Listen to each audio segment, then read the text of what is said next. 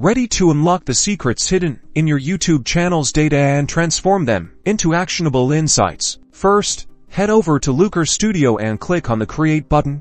Then select Report to start a new report. Next, you'll need to connect your YouTube data. Choose YouTube Analytics from the list of data sources. Authorize Looker Studio to access your YouTube account. Select the YouTube channel you want to analyze and click Connect. This links your channel's data to your Looker Studio report. Now, let's build your report. Start by adding a table to display your key metrics. Drag and drop dimensions like date and video title into the table.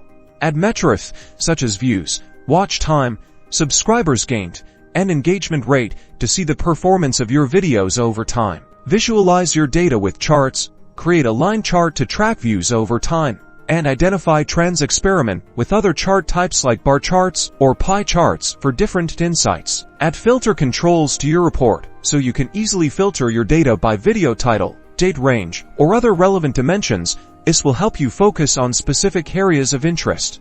Customize your report with branding elements, colors, and layouts to make it visually appealing and easy to understand. Now you can use this data to create better content.